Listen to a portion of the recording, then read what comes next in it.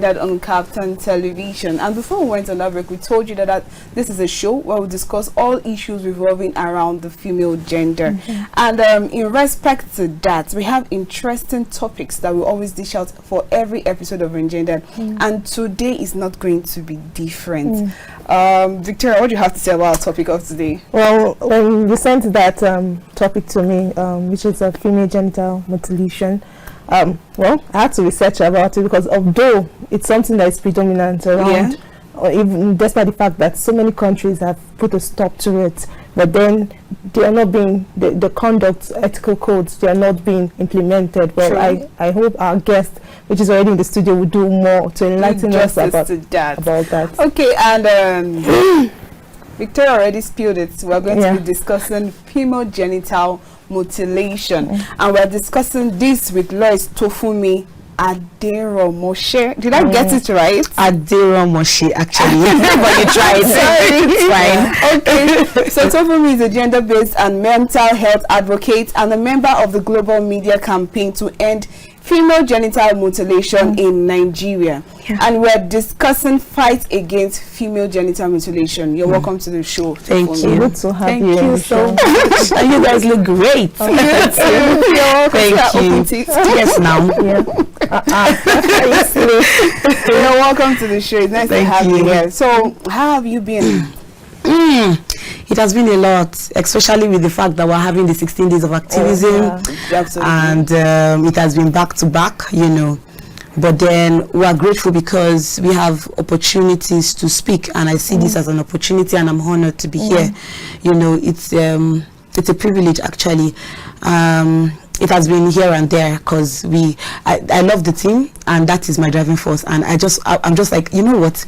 Any radio station, TV, invite me. You see this team, I want to talk about it. You know, our team this year is Unite, Activism to End Violence Against Women and Girls. And the fact that the team is Unite, it just makes me happy. You know, it makes me feel like, come on, somebody is telling us to come together. We're seeing cases where we have NGOs and everybody just wants to do their thing. You have your NGO, this person has an NGO, and we cannot just come together and work together. There's something you know about female genital mutilation that I don't know, especially when we go to communities, when we go to the field. There's some things you know as well that I don't know, especially, you know, we have different stages to these things. And then I'm coming to you to explain some things to me. I'm like, mommy, I'm working with female genital mutilation. Don't come to my side. Don't do my thing. Minding their business. Minding their business. But the team is something that I feel everybody should actually, you know, take into. It's something that's very important, and we really need to look into it.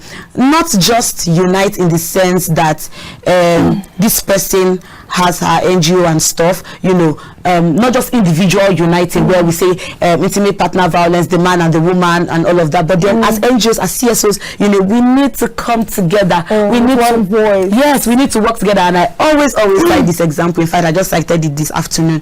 If I have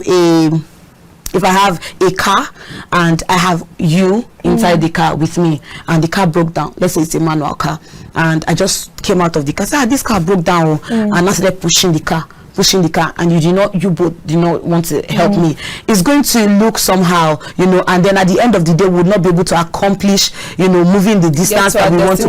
Exactly. But then if, you know, we say, oh, the car's broken down, you come out, you know, we all come, and then we push the car. At the end of the day, we say that we want to be faster. So I feel like we should all work together in love. You know, we need this for our country. Looking at female genital mutilation, I can talk over and over. Let me just talk. Let me just talk right now. I have a lot to say. No, have to ask questions.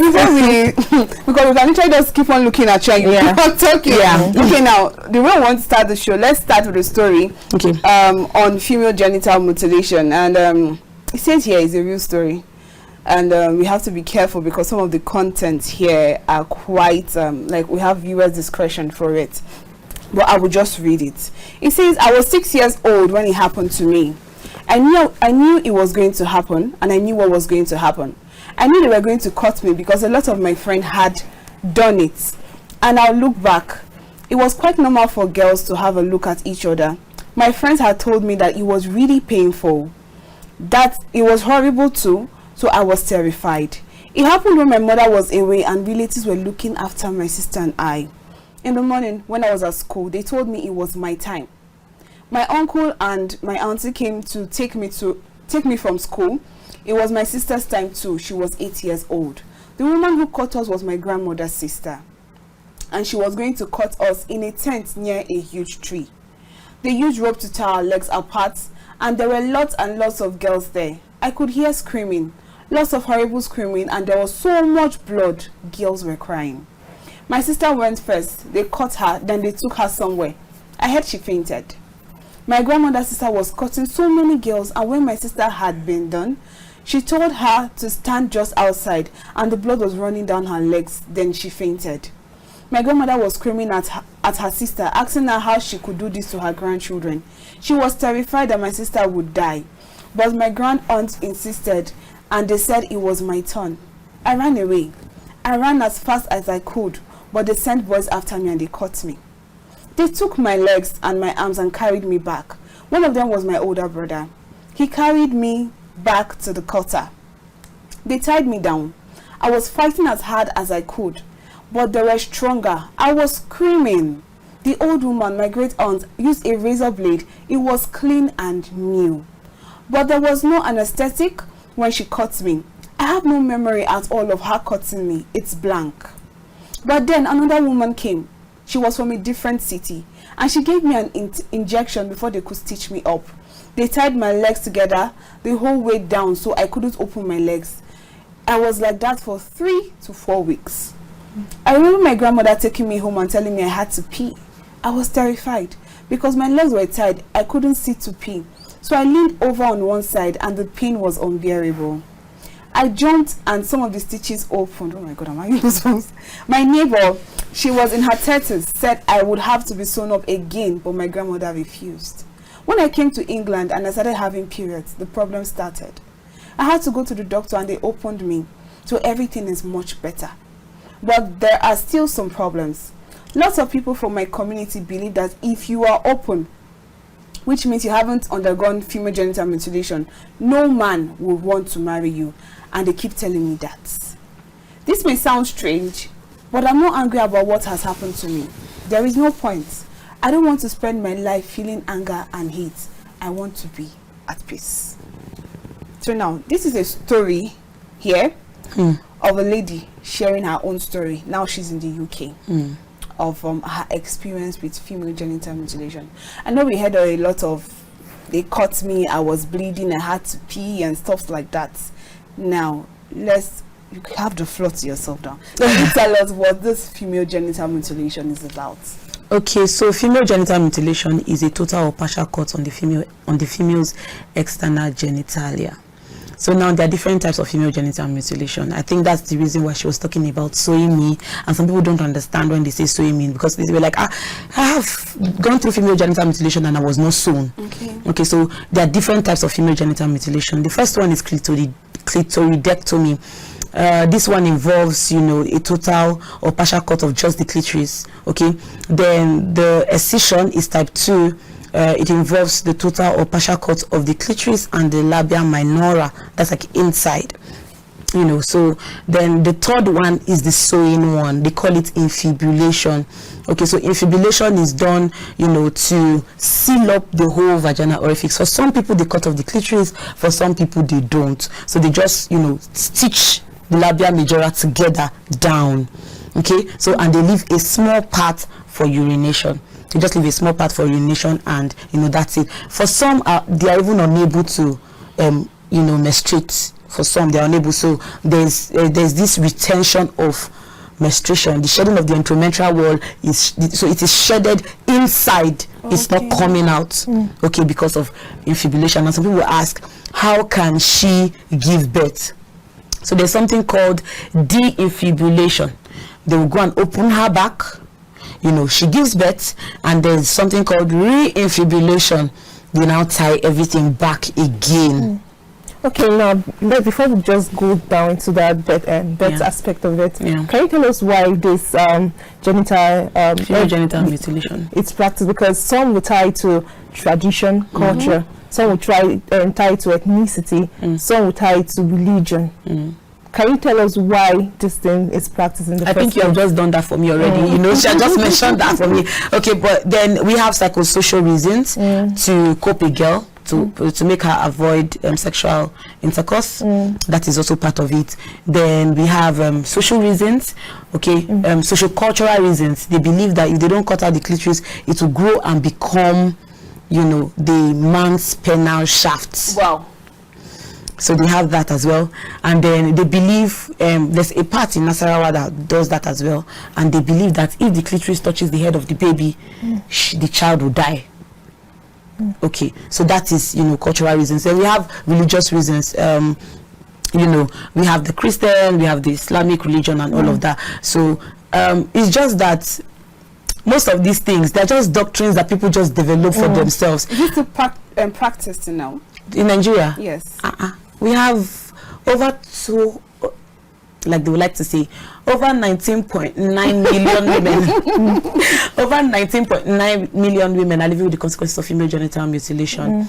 So over 200 million women are living with the consequences of female genital mutilation. 10% of that 200 million, you know, are Nigerians, and that makes up to 220 million women, you know, living with consequences of female genital mutilation. And Nigeria is the third highest.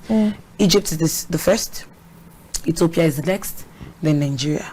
You know, so it's something that we really need to talk about. And there are states in Nigeria where these things are practiced. We have Ebonyi State, we have Ekiti State. Despite the sensitization? Yes, despite the sensitization. We have Osun State, we have Imo, we have state.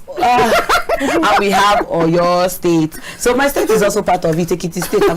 I'm a proud Ekiti baby. But then that's the reason why, you know, last year December I worked with the SA to Her Excellency Relubisi Fayemi. I love you so much, ma'am, in case you see this video.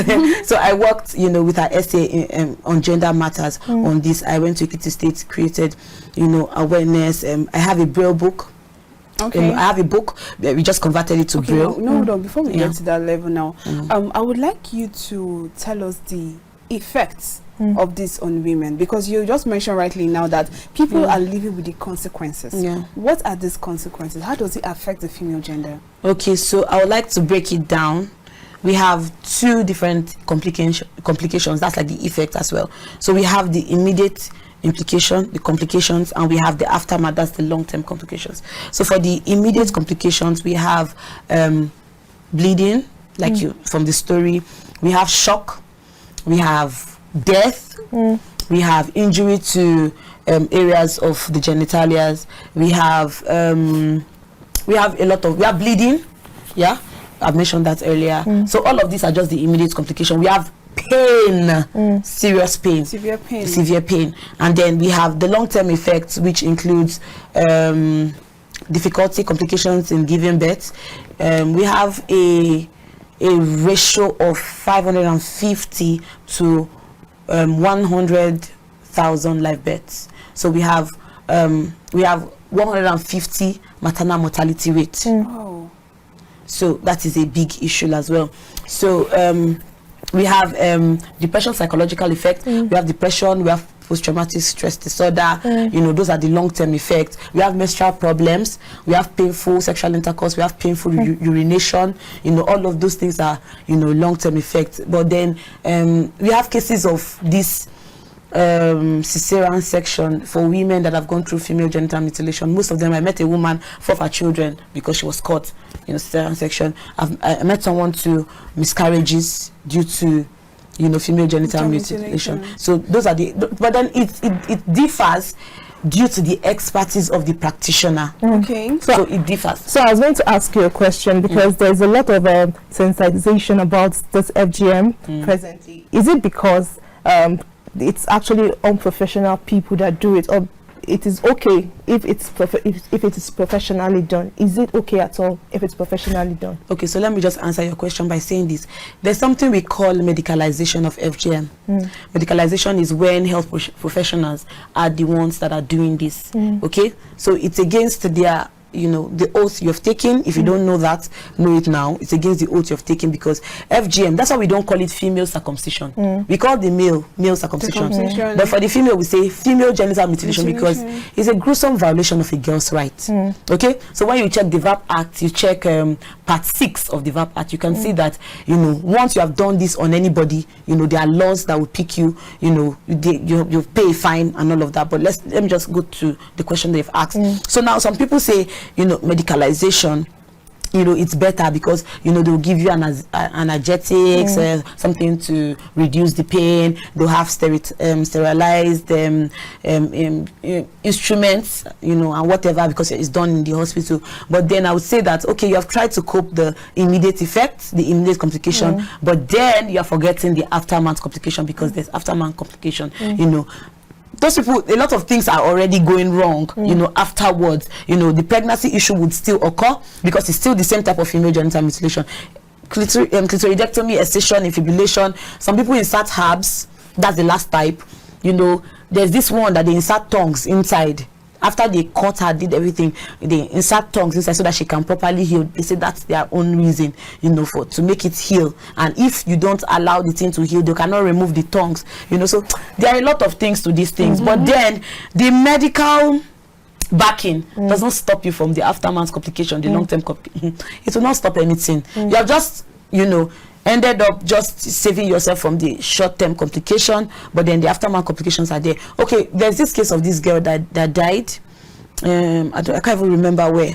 She was caught. It was successful from what they said. But then there was this, you know, this kind of thing that you have a wound and it should just be there, and you'll be feeling like you should just peel the wound out. Oh my God. Okay, so she was like, okay, you know, she was caught. At least she was caught, and she was like, okay, this thing is just there. Let me just peel it out. She peeled it out and she bled to death. I see the way Chidinma is just like, no, I can't imagine like this. I can't even imagine. You know, talking about all these things, even as ladies, when you have menstrual pain, you know how painful it is. Yeah. I heard, I don't know, but that's for people that have experienced FGM, it is more painful. Yes, it's more. I knew someone like that during her period, she has to be in the hospital. She said, okay, she even went as far as sharing her experience because she was really tired, that even during sex, she doesn't enjoy sex. She doesn't know how it feels like. Once the clitoris is cut off, you cannot enjoy sex. You know, the good feeling behind the sex and everything would no longer be there. You know, because the organ that is in charge is cut off.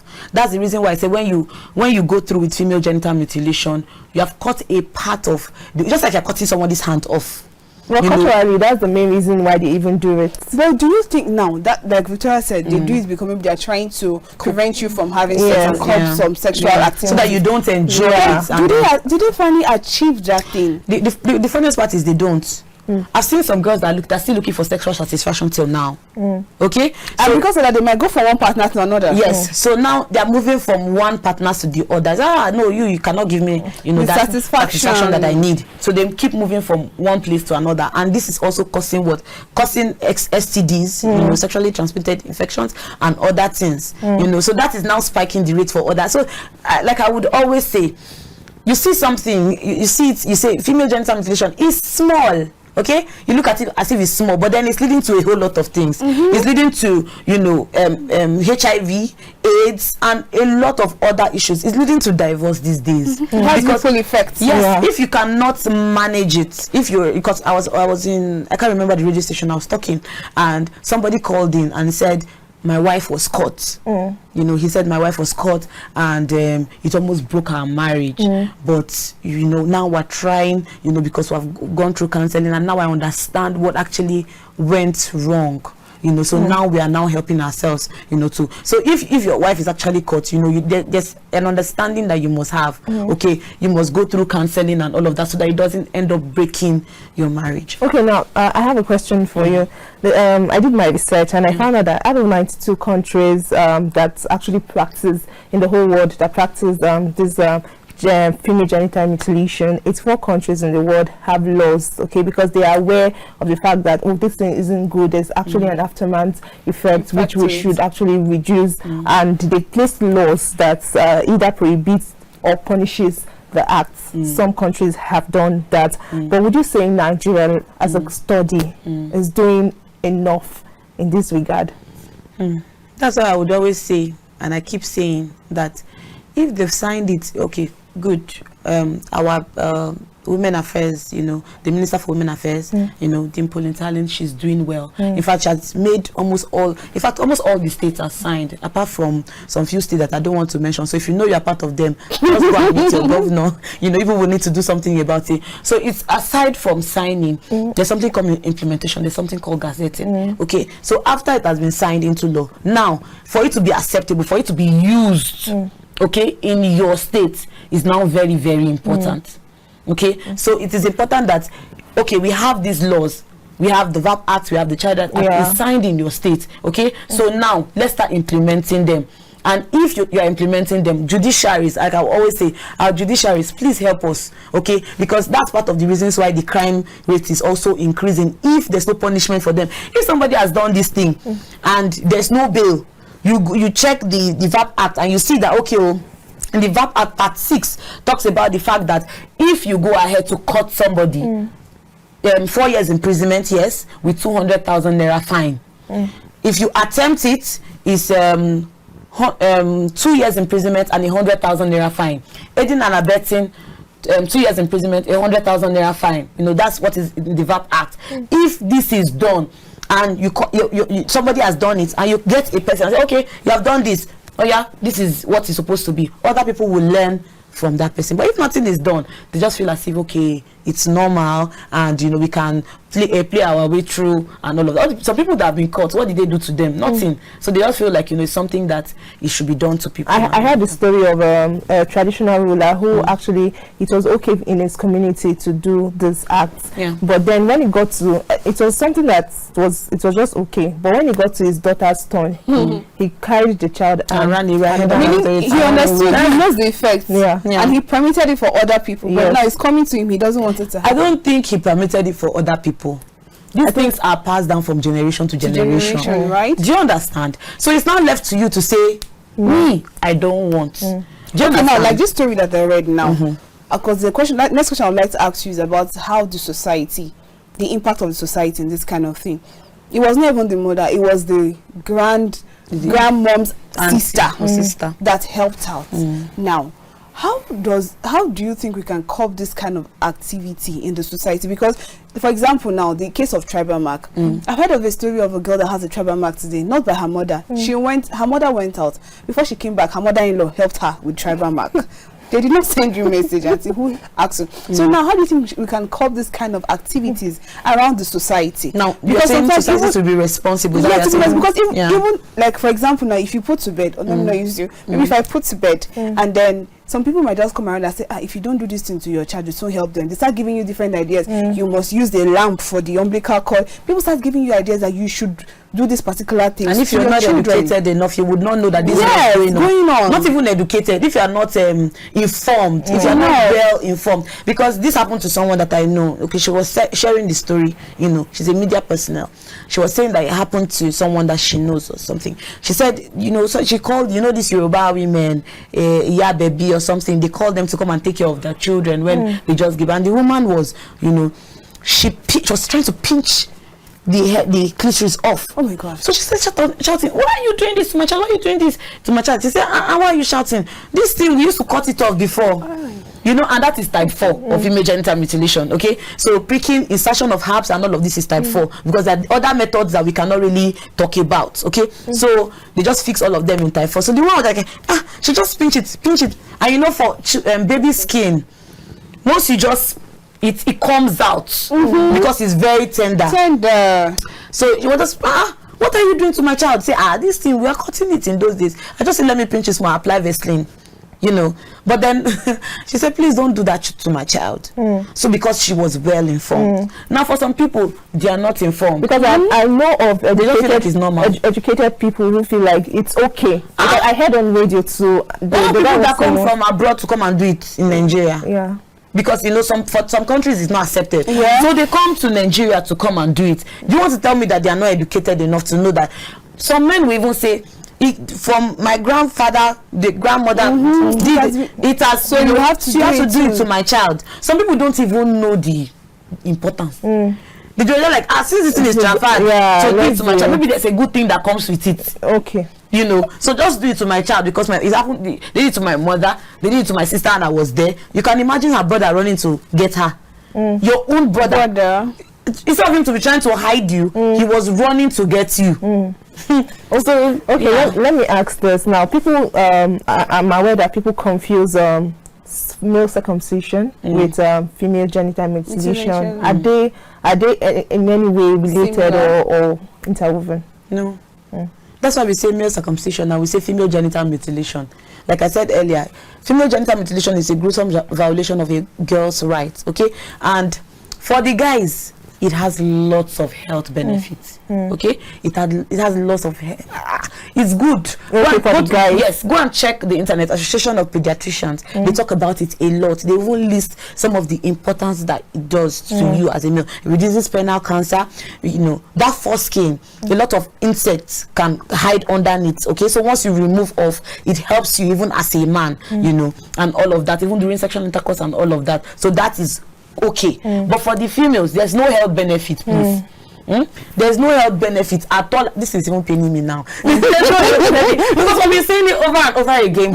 I don't know why people do not just want to, you know, want to understand that these things are wrong, and it's a cultural thing that has just been passed to you, and you should not allow it to be passed down to your children. Now that it has happened to you, did you enjoy it? You gave birth to your children in pain. You had to go through a lot of things. You didn't enjoy it, so don't do it to your children. It's pain the only consequence for childbearing when it comes to female genital mutilation, or there are other consequences? Because normally people will say, labor is painful now, so if I do female genital mutilation, it's also going to be painful, let me endure and do the female genital mutilation. So is it just pain that is the effect? No. Or what are the other? Okay, I just mentioned them, the immediate effects. And the thing is, for some people, they don't even just have one, they have two, they have three of the aftermath complication, because you know the pain during childbirth is an aftermath complication. That's like after you did it, it's usually done within the ages of 0 to 15. So after you have done it a long time ago, so aftermath complication now,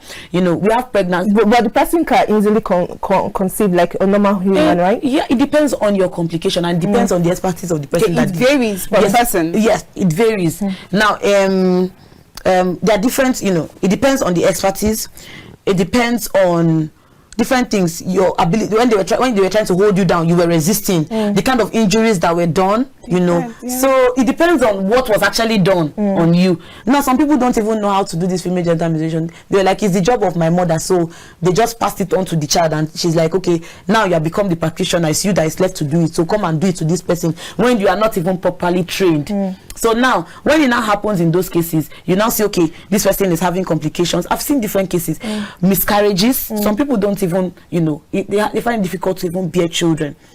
Because talking about miscarriage, I saw a story that said that FGM was the cause of infertility in a woman. Is that really true? Yes, it's very true.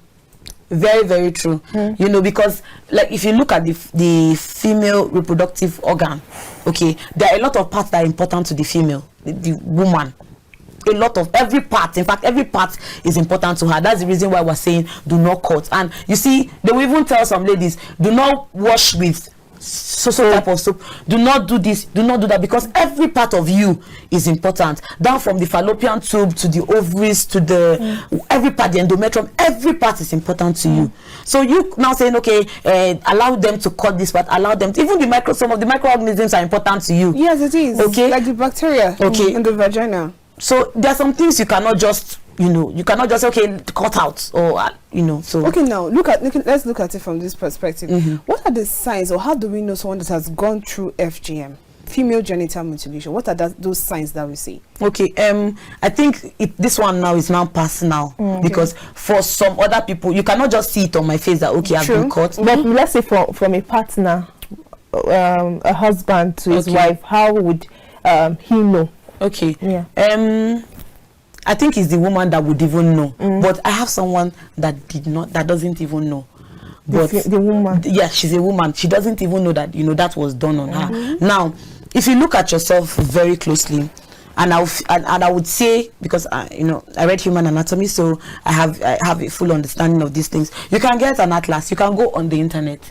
You know, you can browse you know, the structures of how it's supposed to look like. Now, if you are going through some of these complications, that is when you will now say, okay, since I'm seeing this complication, let me check if this is what is happening. And I'm happy you're asking me the question, because sometimes I go for these things and they don't get to ask me, how do you get to know? So for the clitoris, you know that it is what represents the penile shaft for you as a woman.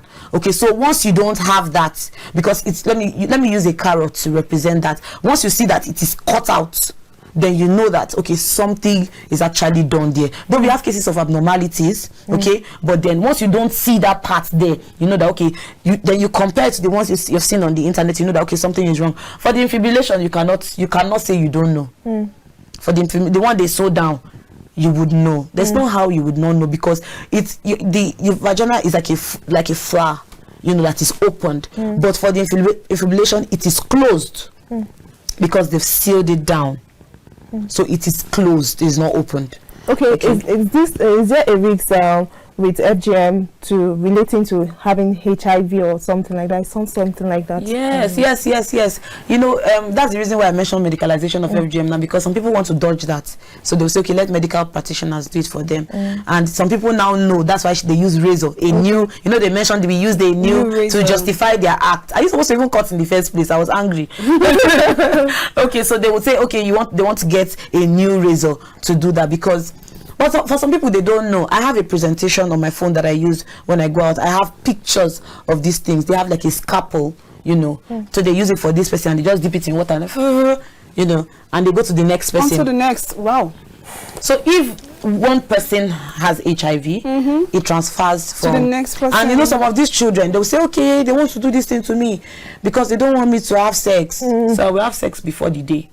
So when you now have sex with someone who has HIV, and then, or HIV is not even limited to sex. It is not sharp objects. Yes. So that is now what transmitted to other people. And you know how virus can be.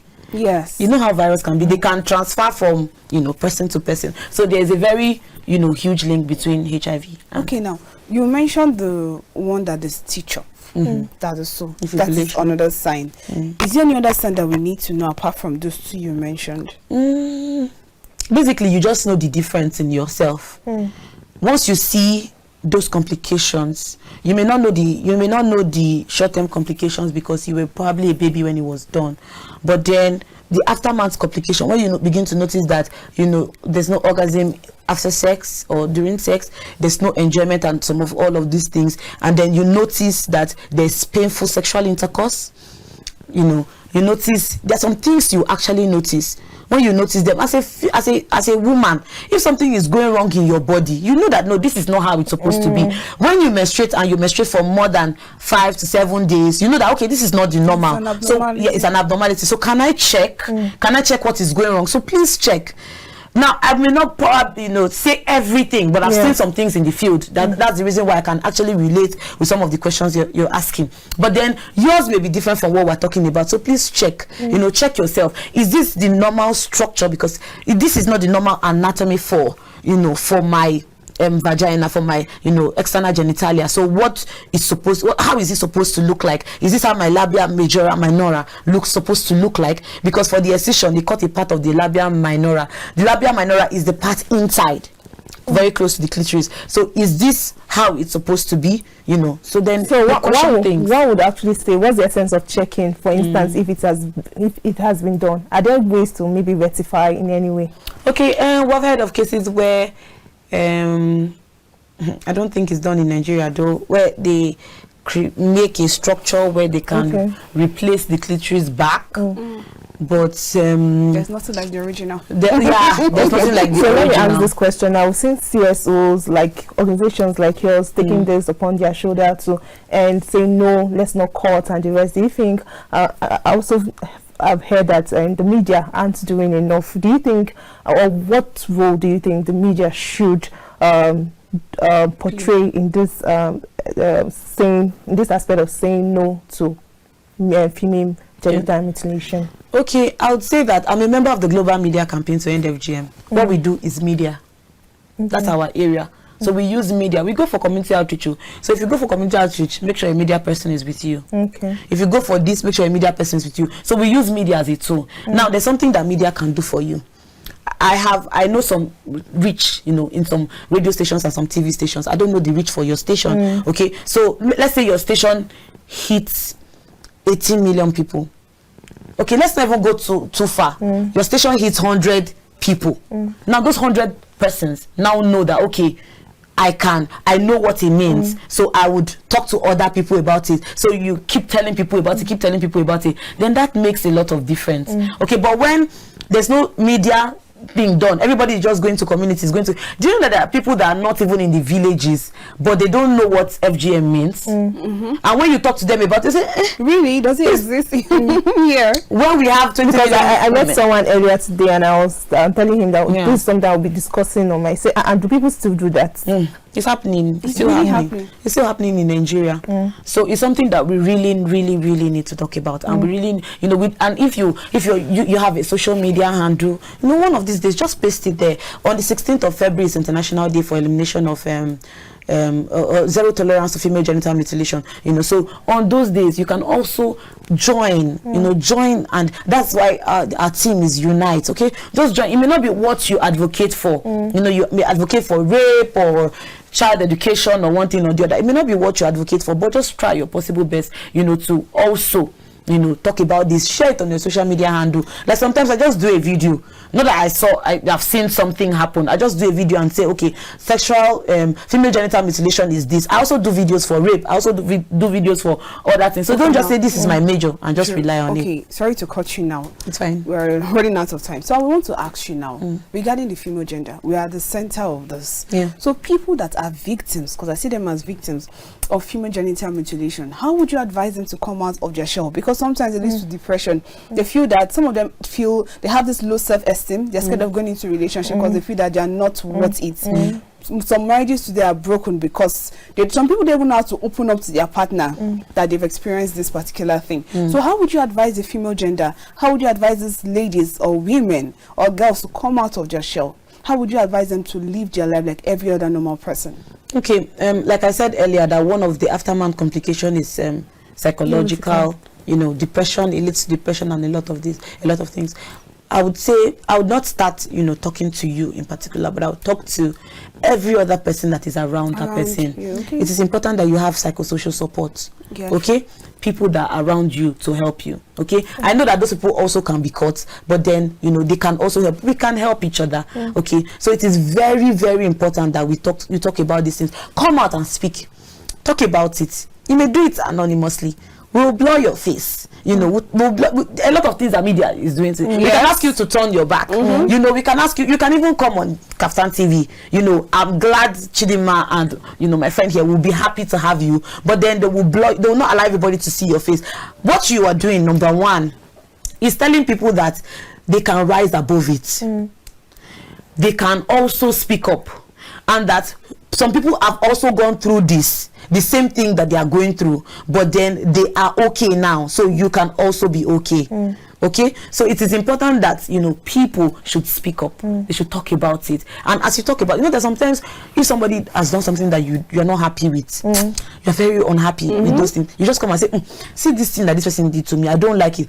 There's a way your body is, as you feel relieved. Yeah, you feel relieved because you've spoken to someone about it. So very important, find somebody that you trust, speak to someone about it, and the person would guide you. And make sure you talk to someone that can actually guide you, and talk to someone that can actually help you. Okay, for people in relationships now or in marriages, how would you advise their partners to handle this thing? Okay, because some partners don't know how to. Some people are impatient. They feel like, oh, every time I want to touch you, you're always shouting, you're screaming, there's a lot of pain. So how would you advise their partners to actually help them deal with this process? Okay, I would say go for counseling. Okay, and if there are cases where you can go to the hospital for defibrillation, that's like opening up the procedure that has been done on you earlier, please, if you can do that, then you do it, okay? But I would say you should go for counseling, you know, with yourself, because I cannot tell you now that if you're impatient, you should leave. Whether, you know, like, be humans, we're not perfect. There's some things you will see in this lady, and that's just what you want. But the problem is just that, you know, the female, or one thing that has been done, you know, some people, it's not just female genital mutilation. We have cases of rape, and because of that rape, the person has not, you know, gone out of the, when if a man comes, no, don't touch me and all of that, because you're still reliving the event that happened to you, post-traumatic stress disorder. So it is important, you know, that just go to the therapist, tell somebody, meet a mental health person, let them discuss this issue with you. The reason why I can't tell you that this is what you should do is because I don't know the procedure of how your own happened. You know, because thank you. I know you have a lot to Thank you so much for sharing with us, and I believe we'll call you next time for another episode. Maybe we'll do a part 2 of this, where you have more time to lecture us on everything. It was an interesting session with you. Thank you so much. And that's all we can take on today's episode of Engendered. And we've heard it from our guests, Tofunmi. She said that, from my own understanding, I've been having goosebumps actually. You cannot choose a topic if you So from my own understanding, I believe that you can always rise out of any situation you find yourself in. You're still worth it. It's not the end of life. A man can still love you. You can still have a successful relationship, marriage. You can be whoever you want to be, despite what has happened to you. And that's all we can take on today's episode of Engendered on KAFTAN Television. Do well to join us next week, Tuesday by 5 p.m. where we'll be having another interesting episode. I remain Chidinma Ufomadu. Well, for me, I will say do not cut. I am Victoria Agbi. Bye. Bye.